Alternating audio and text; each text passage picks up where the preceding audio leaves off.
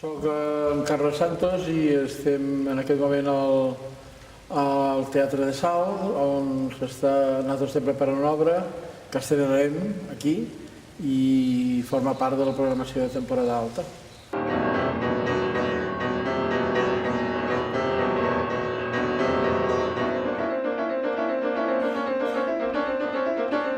Jo sempre he treballat dins del món del teatre, sempre estic amb els teatres i des d'allà serveixo la música, visualitzo la música, utilitzo els avantatges que té el món del teatre, les disciplines diferents, però sempre des d'una òptica musical.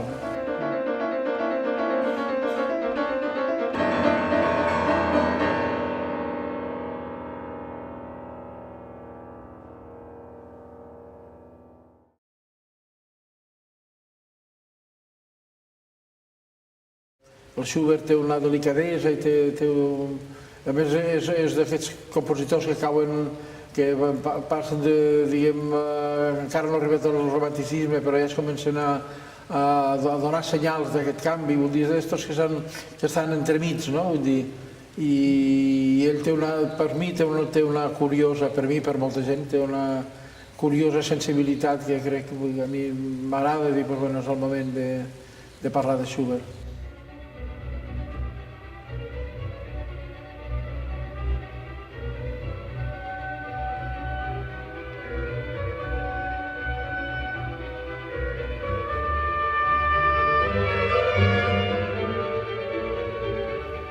Hi ha músiques que tenen música, no? I vull dir que quan dic això potser podria expressar amb unes altres paraules, però vull dir que a més de la música que es tenen hi ha una altra música que es genera, que és la que li dona, que segurament és el que els dona aquesta distinció o aquesta diferència en relació als altres compositors, no?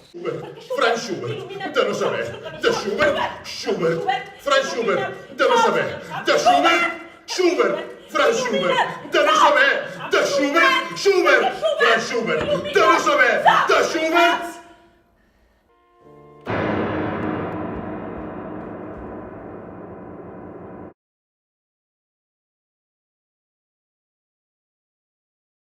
Pots orinar i cantar Schubert al mateix temps?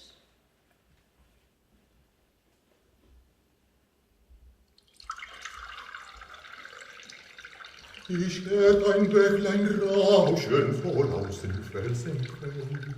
Sí, de quan en quan apareixen a vegades més, a vegades menys, a vegades mai, vull dir, líquids però sempre són líquids de consum humà, no? Diguem, que formen part de la naturalesa humana, no? I que van circulant i d'algun moment millor surten i es manifesten. Necessito pixar.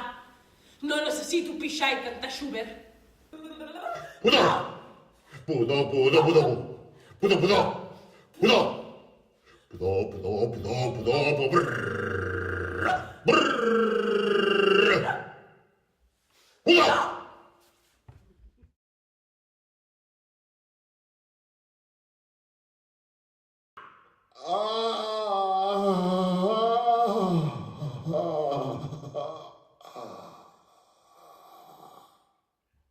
Un altaveu que sembla que fa 3 metres per 2,80, vull dir, amb una potència enorme, vull dir, i ell va, evidentment, amplificat, menys un moment que se'n va la llum, ell va sempre a tota, vull dir, amb una potència enorme, inclús en alguns casos ell mateix se fabrica els seus propis sons i quan està content ho expressa amb uns sons electrònics, vull dir que ell mateix s'inventa, no? Vull dir, expressa, que produiran inclús una certa molèstia al públic, no? Apareix com un gran tòtem aquesta bèstia, no? Diguem, al mig de l'escenari, i a través d'ell és on passa tota l'obra. Vaig a provocar-me uns quants paràsits per a celebrar la teva observació sobre la modernitat.